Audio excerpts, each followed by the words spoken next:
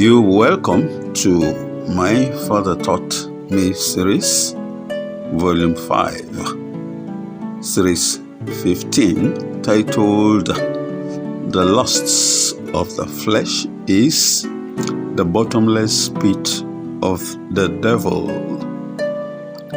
Beloved brethren, as a matter of fact, an urgent alert, the root crisis of humanity ab initio stemmed from the lusts of the flesh, as mentioned in the book of James, chapter 4, verse 1 to 3. From whence come wars, including the world wars, as World War I and World War II, and fightings among you. Fightings starting from the nucleus of the family to the communities of the world. Come they not hence, even of your lusts that war in your members? Ye lust, that is insatiably, and have not. That is not enough for your greed. Ye kill, that is spilling of innocent blood for the greed of silver and gold. And ye desire to have, that is in fulfillment of your lusts, and cannot obtain. Ye fight and war, yet ye have not, because ye ask not. Because ye ask not for righteousness, but for lusts. Ye ask and receive not, because ye ask amiss, that ye may consume it upon your lusts. The most demeaning and most bestial action of humanity is an act of war. Note that all wars do start from the spirit inhabiting the heart of man. Which wars have to be settled first in the spirit, in our choice options of the evil spirit or the good spirit, which we freely allowed into our hearts, of which the Most High has given us to make freely the ultimate choice, either in righteousness or in unrighteousness, depending on the spirit we agree to yield to in our freedom of choice, which two options are either in the good spirit of Christ's righteousness in selflessness, or in the bad spirit of the devil's unrighteousness in self-adoration, called the lusts of the flesh, which forms the basis of our subject of conversation of MFTMS, My Father Taught Me series, presentation of Volume 5, Series 16, titled The Lusts of Flesh is the Bottomless Pit of the Devil. Let us break the conversation into two components. 1, the lusts of the flesh.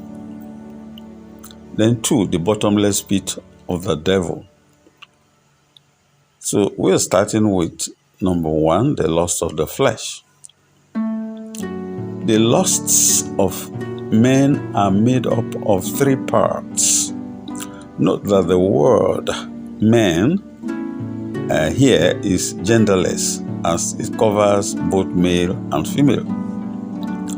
So the 3 components are A, the lust of the flesh; B, the lusts of the eyes; and C, the pride of life of the flesh.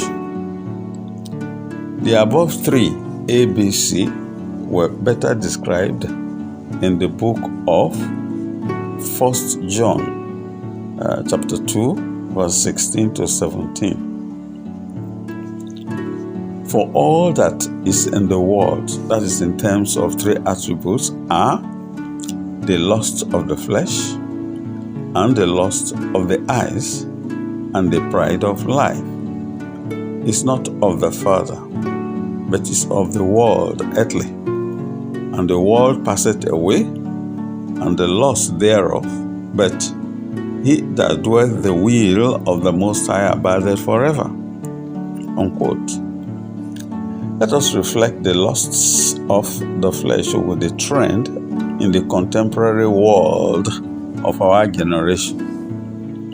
Our contemporary generation here has to do with historical timeline, using the most bestial event of man's history, called World Wars. That is World War I and World War II of 1914 to 1918 and 1939 to 1945 respectively.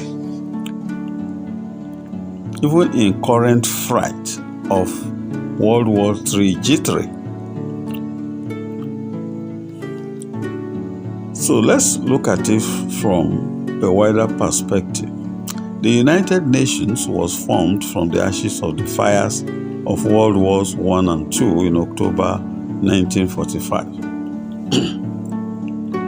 The United Nations was formed primarily to maintain international peace and security after the devastation of World War II. It was established to prevent future global conflicts and to foster cooperation among nations on social, economic, and humanitarian issues. The United Nations had aimed to be a more effective and inclusive successor to the League of Nations that had earlier existed.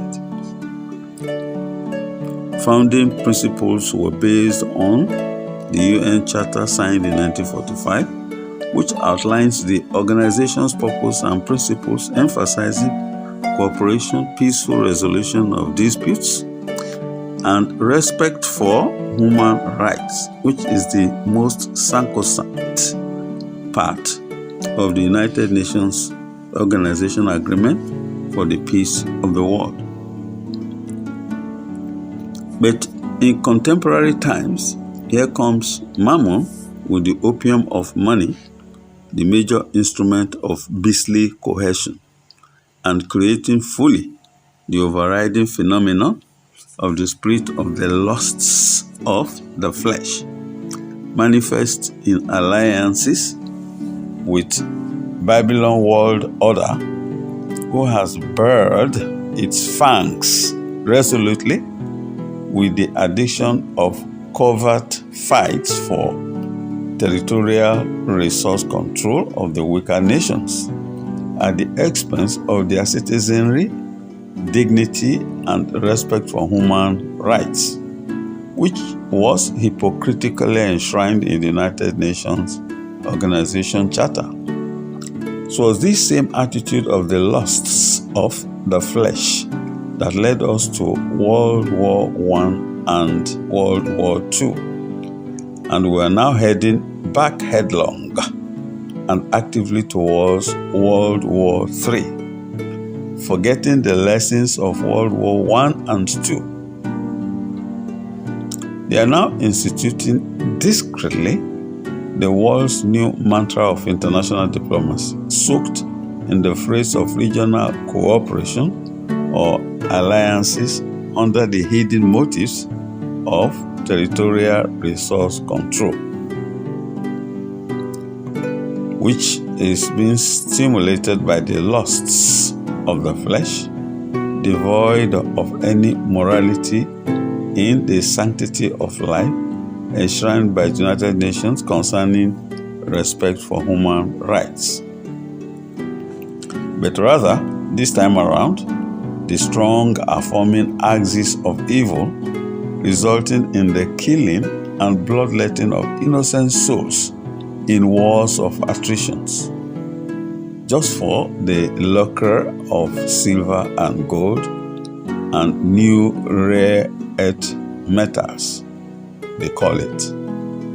All because of the lusts of the flesh that starts from one individual, which has now spread out like wildfire across the world and has taken over in the creation of mammon, opium of the people, the lust of the flesh, the lust of the eyes, and the pride of life.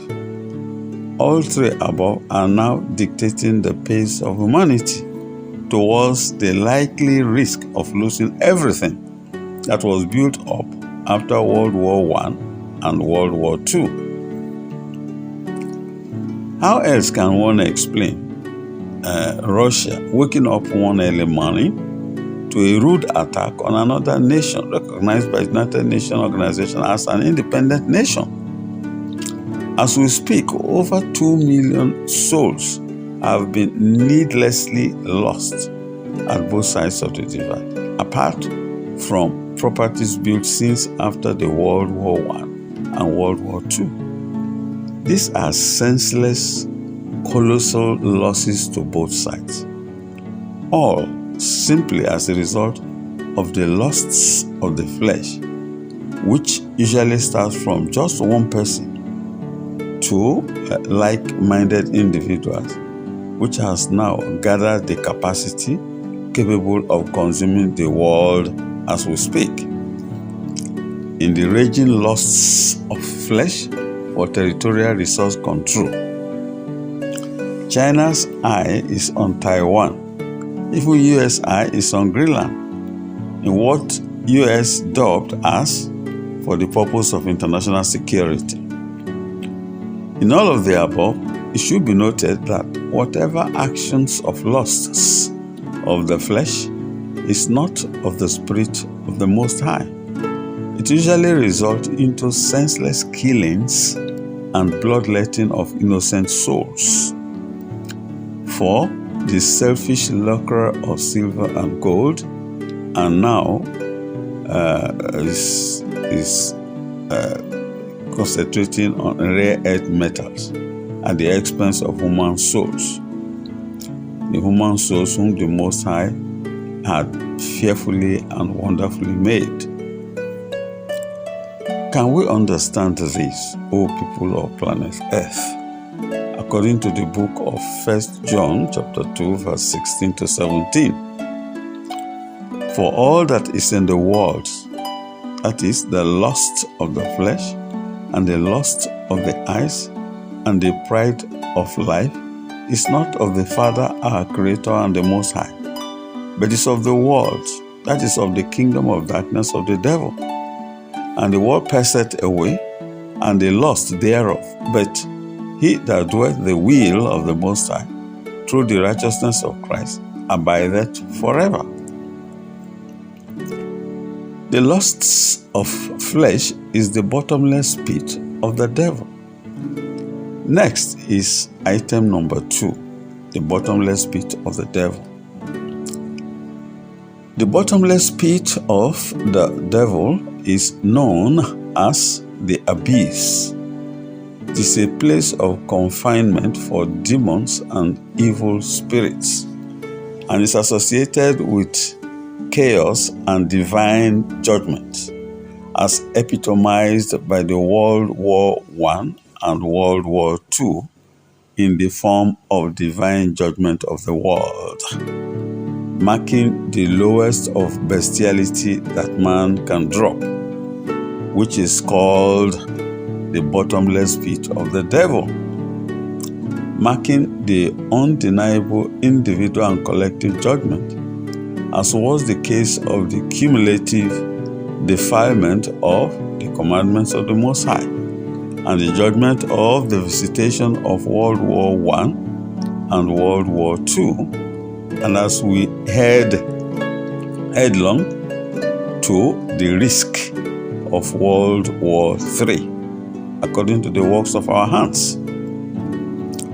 which work was found to have defied the commandments of the Most High, For which penalty was stated in the book of Ezekiel, chapter 18, verse 4. Behold, all souls are mine. As the soul of the Father, so also the soul of the Son is mine. The soul that sinneth, it shall die. But the Most High is just in all his ways. Hence, it was stated in the book of Psalms 145, verse 17, the Lord, the Most High, is righteous in all his ways, and holy in all his works. And because the Most High is just in all his ways, let's go to the book of Ezekiel, chapter 18, verse 20. The soul that sinneth, it shall die. However, the Son shall not bear the iniquity of the Father, neither shall the Father bear the iniquity of the Son. The righteousness of the righteous shall be upon him, and the wickedness of the wicked shall be upon him. Unquote. Therefore, all of us who are short of the righteousness of Christ shall die in the first death. Hebrews chapter 9, verse 27. And that it is appointed unto men once to die, but after this the judgment. The judgment which take the form of John chapter 5, verse 28 to 29.